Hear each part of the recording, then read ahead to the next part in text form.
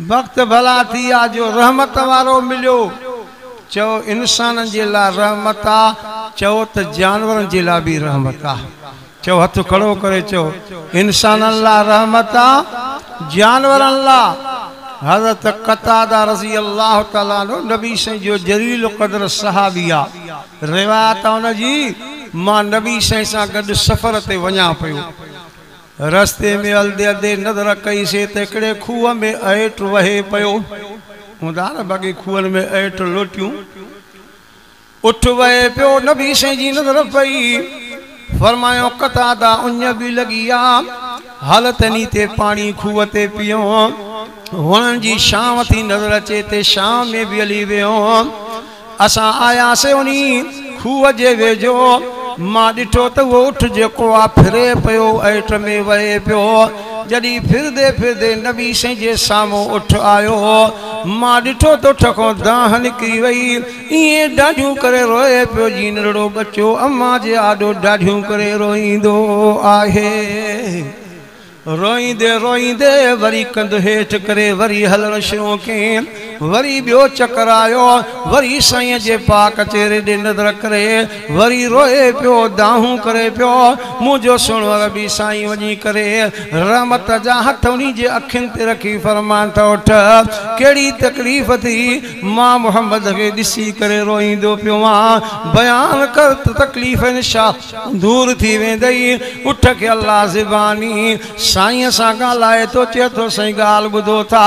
हे मुंहिंजो मालिक जेको पानी वराए थो बीठो इहो मुंहिंजो मालिक 4 वक्त निमाज़ पढ़ंदो आहे सुम्हणी जी निमाज़ न पढ़ंदो आहे मूंखे भउ थींदो आहे मतां इन जे करे अल्लाह जो अज़ाब न अचे त मां बि इन अज़ाब में गिरफ़्तार थी वञा।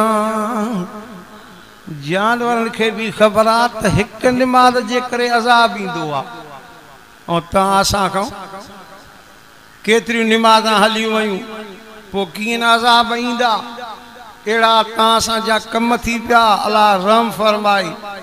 हे मींहं वारी ॻाल्हि अज़ाब वारी मूंखे हिकिड़े दोस्त ॿुधायो त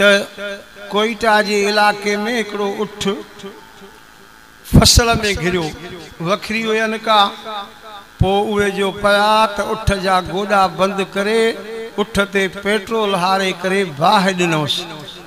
उठ अड़ियूं दां कयूं आसमान ॾे नज़रां करे त उहा राति ई न थी त बारिश शुरू थी वई जानवरनि ते ज़ुल्म हज़ारे अहिड़ा गुनाह जा कम वरी बि अल्लाह नबी साईं जे करे महिरबानी कई थी ऐं ख़ासि करे उलमा किराम फ़ैसिलो कयो आहे काफ़ी जान ते उलमा किराम नेटनि ते ॾिनो आहे हे जेको अज़ाब आयो आहे न हिन टच मोबाइल जे करे आयो आहे माण्हू रात जो सॼी राति अहिड़ियूं गंदियूं शयूं ॾिसनि था अलाह साईं खे कावड़ आई अथव इहे बंदि करे छॾियो अलाह जो अज़ाब वरी बि अची सघेव थो पर माण्हू मुड़नि ई कोन हिकु अज़ाब मां निकितासीं वरी मशरनि जो अज़ाब हे अमलनि जे करे पर वरी बि मां अर्ज़ु कयां नबी साईं जा उम्मती आहियूं अचूं अलाह जे दरवाज़े ते रोऊं सॼो पंहिंजे मालिक अलाह खे साईं खे उठ दां ॾिनी आहे हिकिड़ी निमाज़ थो छॾे साईं जन उन मालिक खे घुरायो फरमा त उठ दां ॾिनी आहे सुम्हण जी निमाज़ न पढ़ंदो आहियां अॼु खां बाद पढ़ंदो कर पाबंदी कंदो कर चईं मां पाबंदी कंदुमि नबी साईं उठ ॾे वञी फरमा त उठ हाणे तूं तसली कर मां मोहम्मद ज़ामिन आहियां हाणे इहा सुम्हण जी निमाज़ बि न छॾींदो कतादा साईं थो बयान करे जॾहिं उठ सां नबी साईं ईअं ॻाल्हायो त उठ वरी टक ॾेई खिलंदे खिलंदे वरी हलणु शुरू कयईं पाण फरमान था इहे जानवर बि मां मोहम्मद खे दाह ॾींदा आहिनि। वरी कतादे साईं जी रिवायत आहे थोरो अॻे हलियासीं त वॻु उठण जो अचे पियो आहे न बा वॻ असां ॾे त चीज़ल शाह जो वॻ चीज़ल शाह जो वॻ मशहूरु आहे उठनि जो वॻ अचे पियो मालिक अॻियों अॻियों अचे पियो जॾहिं उन मालिक जत जी नबी साईं ते नज़र पई डुकी अची चवणु लॻो साईं मां तोखे दां थो ॾियां पाण फरमा त जत कंहिंजी थो दां ॾे चईंसि हे जेको उठा न सभ खां ॾाढो आहे ॿियनि उठनि सां विढ़ंदो आहे उन्हनि खे धाफ़ो आणंदो आहे चक पाईंदो आहे मां विड़ी विड़ी थकजी पियो आहियां पर मुर्दो कोने को हीननि ते कमज़ोरनि ते ज़ुल्म कंदो आहे विढ़ंदो आहे। साईं तव्हां उठ खे सम्झायो त इन्हनि हीननि ते ज़ुल्म न करे कमज़ोरनि सां विड़े न चक न मारे न। नबी साईं उठ खे सॾु कयो उठ डुकंदो अची गिची अची नबी साईं जे क़दमनि ते रखे पाण फरमा त उठ तुंहिंजो मालिक दां थो ॾे त ॿियनि उठनि सां विढ़ंदो मां उहे तोखां हीना न कमज़ोर रखनि छो थो तूं हीननि ते ज़ुल्म करे नाजादी करे अॼु खां बाद न विढ़ंदो कर। उहो टुकंद खे हा हा करे थो साईं मां न विढ़ंदुमि। पाण फरमा त जत ॻाल्हि ॿुध उठ मां मोहम्मद सां वाइदो कयो आहे अॼु खां बाद कंहिं बि उठ सां को न विढ़ंदो। हीननि ते ज़ुल्म करणु इहा बि ॾुखी ॻाल्हि अथव। अला जी ढर हूंदी अथव वरी पकड़ थींदी आहे न पोइ कोई छॾाए न सघंदो अथव। खोड़ दुनिया वारनि खे पकड़ा थियूं ज़ालमनि खे डर आहे उहा डर बि अलाह पंहिंजी हिकमत थो ॼाणे। साहबी क़तादा तो बयान करे थोरो अॻे हलियासीं ॾिसोसीं त ॿार बीठा खेॾनि था। उन मां हिकिड़े ॿार जी नबी साईं ते नज़र पई डुकंदो आयो अची नबी साईं खे भाकुर पाए रोअण शुरू कयईं। पाण साईं जिन शफ़क़त जो रहमत जो हथ मथे ते रखी फरमा त नड़ा कहिड़ी ॻाल्हि आहे कहिड़ो दुख थी रोए थो। चई साईं मां यतीम आहियां अबो बि नाहे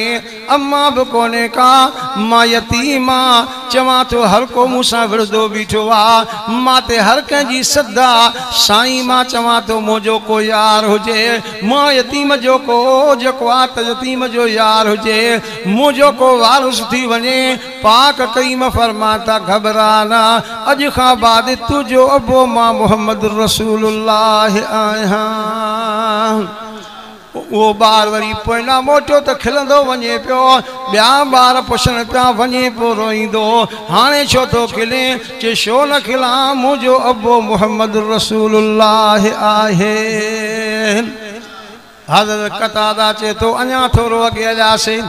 जंग अची वियो। जंग में जो पहुतासीं ॾिठोसीं त बकरा गाजूं कंदो अचे थो गजगोड़ कंदो थो अचे। मां अर्ज़ु कयो साईं इहो बगड़ो इंसाननि सां विढ़ंदो आहे तव्हां रस्ते को हिन पासे थी वञो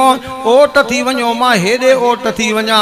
इहो गाजूं कंदो अचे थो इहो सिधो रस्ते खां निकितो हलियो वञे विढ़ी न पए असां सां। फरमान था कतादा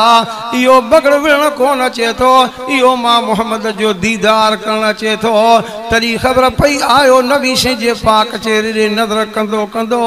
वरी हथ मुंहुं हेठि करे पुछ लुटकाईंदो वरी वापसि हलियो वियो। चओ त मुंहिंजे सुहिणे साईं खे झंग जा जानवर बि सुञाणनि था। तॾहिं क़ुरान चए थो वमा अरसलनाका इल्ला रहमतल लिल आलमीन। ए महिरबानी थी साईं जे करे न त बातूं अलाह खां ॾाढो न आहे सभ खां ॾाढो केरु आहे बा ज़ोर सां ॻाल्हि।